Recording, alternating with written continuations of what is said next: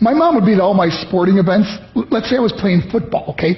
My mother would be on the sidelines, and if the play on the field started going one way, my mother would run along like, Mark, get him, get him! I'd be like, oh my gosh. I'd get in the huddle with the other guys, they go, Mark, is that your mother? I go, no, I never saw her before in my life. See, the greatest gift my mother ever gave me, she believed in me.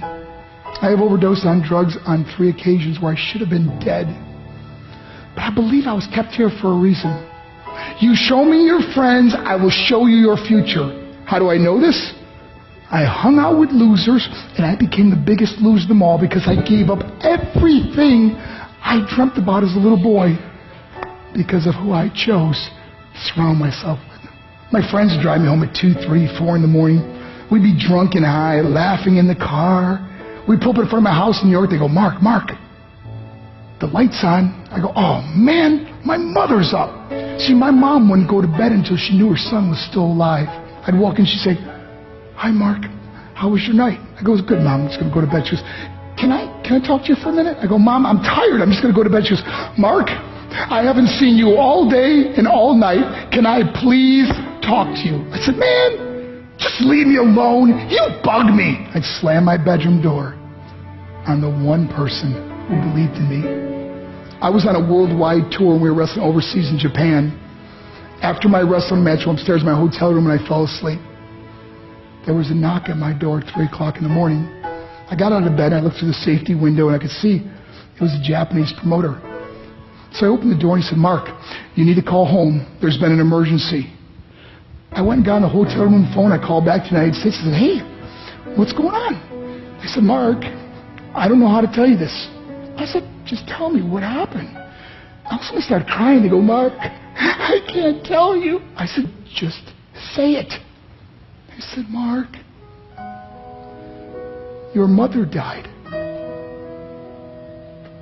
I just threw the phone down. I ran out of my hotel room. I took the elevator to the lobby, and when the doors opened up, I just ran out into the street. I mean, there was no cars, there was no people. It's 3 o'clock in the morning. And I walked down the middle of a street in Hiroshima, Japan, and I remember looking up and just saying, Mom, I am so sorry. I flew home for her funeral, and I was so nervous to walk up to her casket, so I just stood way in the back. And I kept looking from a distance. I kept thinking to myself, Mom, please wake up. Please get up. And then I finally got the nerve to walk up to her. And as I got closer, I could see my mom for the first time. I mean, she was so beautiful. She was dressed in white. I mean, she looked like an angel. And I just stood over her and I said, Mom, you are my hero. Everything I am, everything I hope to be was because of you. You loved me so much, you gave me a life. You're the only one that ever believed in me. How did I repay her?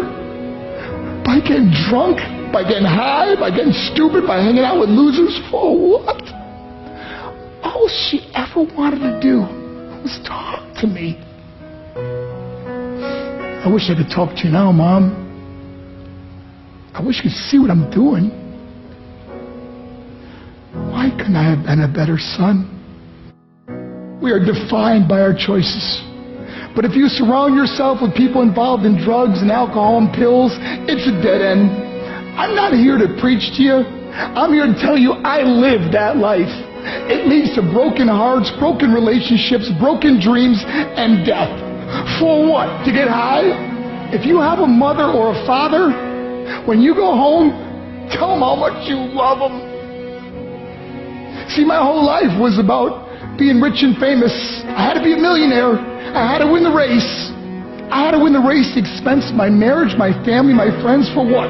To be all alone in the world? I learned what is truly important, and that is how precious this gift of life is, and our families, and how quickly it can be taken away. See, I no longer live in time. I live in moments. See, it's not what's in your pocket that matters. It's what's in your heart that truly matters. Love Love is just a word until somebody comes along and gives it meaning. You're the meaning.